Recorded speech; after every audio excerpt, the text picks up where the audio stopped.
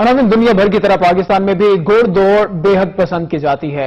हवा से बातें करते घोड़े देखकर हर कोई ज़हनी तौर पर सुकून महसूस करता है, लेकिन इन घोड़ों को रेस के मैदान तक पहुंचाने के लिए ट्रेनर्स को क्या क्या पापड़ बेलना पड़ते हैं, ये बताएंगे बुरहानुद्दीन अपनी रिपोर्ट में।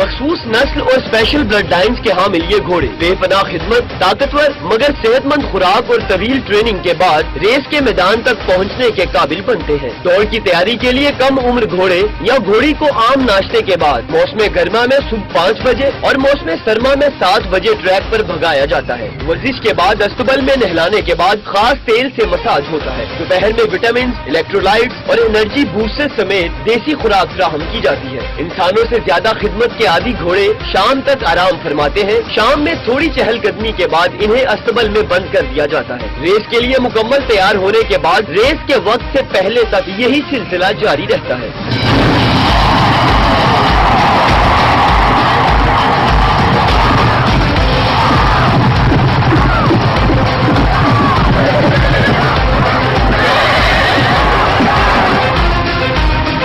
आलमी शोहरत याफ्ता जॉकी और ट्रेनर का कहना है कि वो हर रोज घोड़ों की देखभाल करते हैं, मगर दौड़ से चंद मिनट पहले भी घोड़ा बीमार हो सकता है। सबसे पहले उनकी ब्लड लाइन्स पे जाते हैं।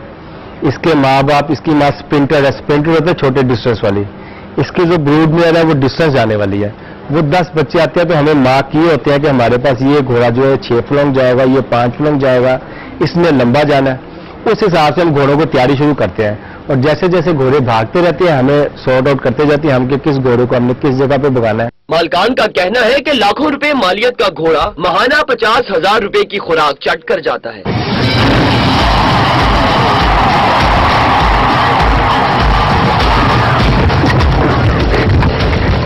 यूं तो डर्बी में हिस्सा लेने वाले तमाम घोड़े बर्क रफ्तार होते हैं, लेकिन जीत उसी का मुकद्दर बनती है जिसका जॉकी बला की महारत रखता हो। कैमरामैन रिजवान खालिद और आदिल शफीक के साथ बुरहानुद्दीन, वक्त न्यूज़, लाहौर।